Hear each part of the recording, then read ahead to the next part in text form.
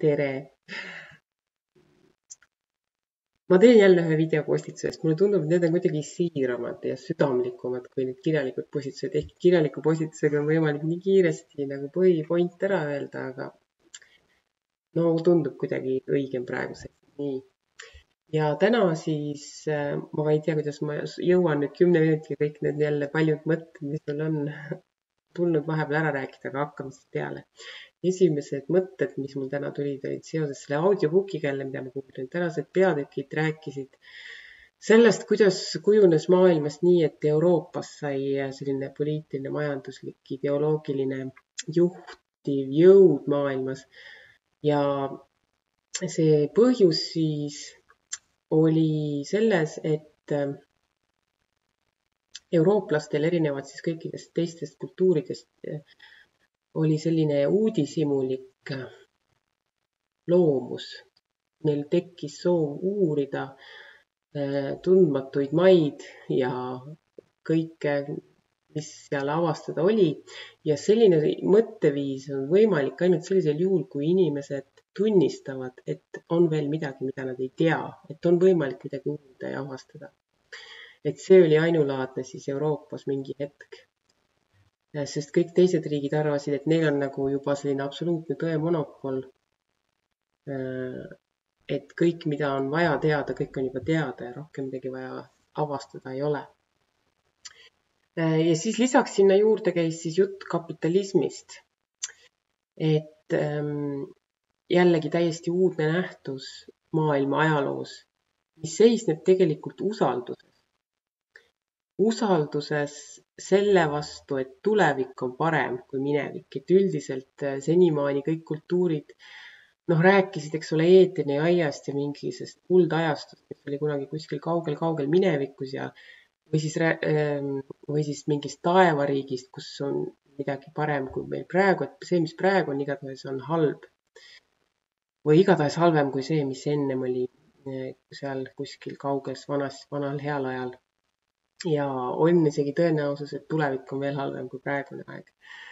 Ja vot siis mingi hetk, kui eurooplased avastasid, et on veel asju, mida me ei tea maailma kohta, et siis võib-olla on ka asju, mida me tuleviku kohta ei tea, et me võime avastada mingeid asju, mis meie elu tulevikus paremaks teevad ja tänu sellele tekkis usaldus.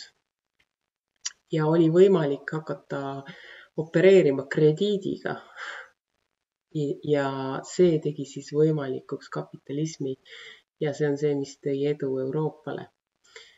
Ja siis kõige selle peale mõeldes ja mõtlesin ka veel selle peale, mida eile räägiti budismist. Miks ma selle peale mõtlema hakkasin, on see, et mulle tundub, et Kail on nagu väga hästi kuidagi suutnud ja ilmselt ka keegi teine enne teda, aga tema veel eriti hästi on suutnud omavahel ära seostada budismi ja siis sellise euroopaliku ellusuhtumise. Et mõnes mõttes need kaks suhtumist on üsna vastuolulised, et kui mõtleme selle peale, mis ma eile budismi kohta kirjutasin, et see on selline lepi lihtsalt kõigega, nii et see tundub selline vähe ettevõtlik ellusuhtumine. Ja kui keegi teist on kunagi külastanud Aasia riike, mina küll ei ole, aga ma olen kuulnud lugusid inimestelt, kes on, et tõesti Aasia riikide rahvad ongi sellised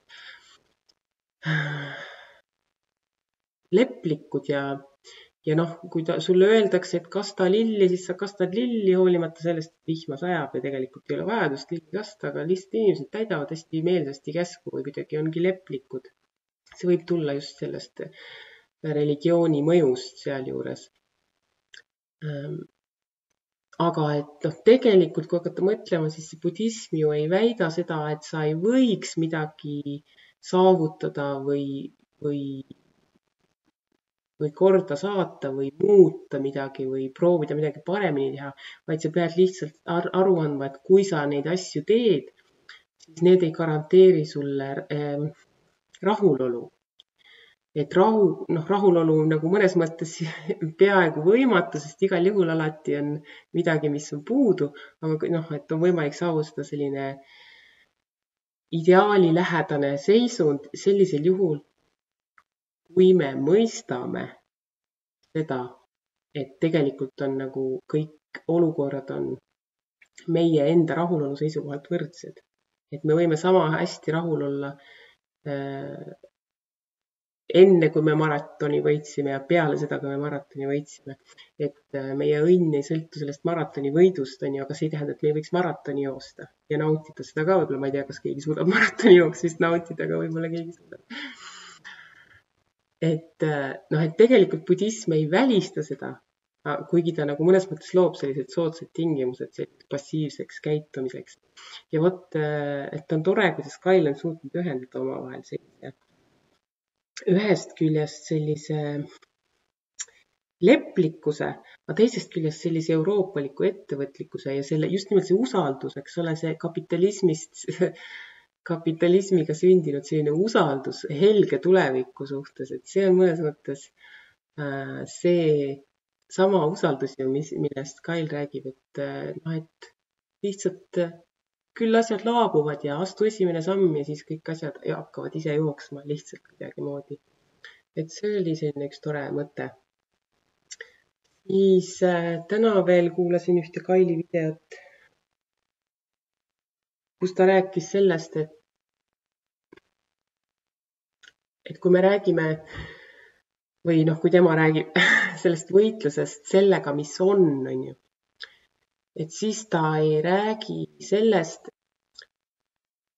et ei tohi võidelda sellega, kuidas asjade seis on, sest see, kuidas asjade seis on tegelikult juba minevik. Sest et selle asjade seisu on tinginud mingisugused mineviku sündmused, mille tulemusena on tekkinud see praegune asjade seis. Ja see on tegelikult juba minevik. Et kui ta räägib sellest, et me lepime olevikuga või et me nagu püüame olevikus olla, see tähendab, et me peame olema selles või me peame leppima sellega, mis sünnib praeguses hetkes.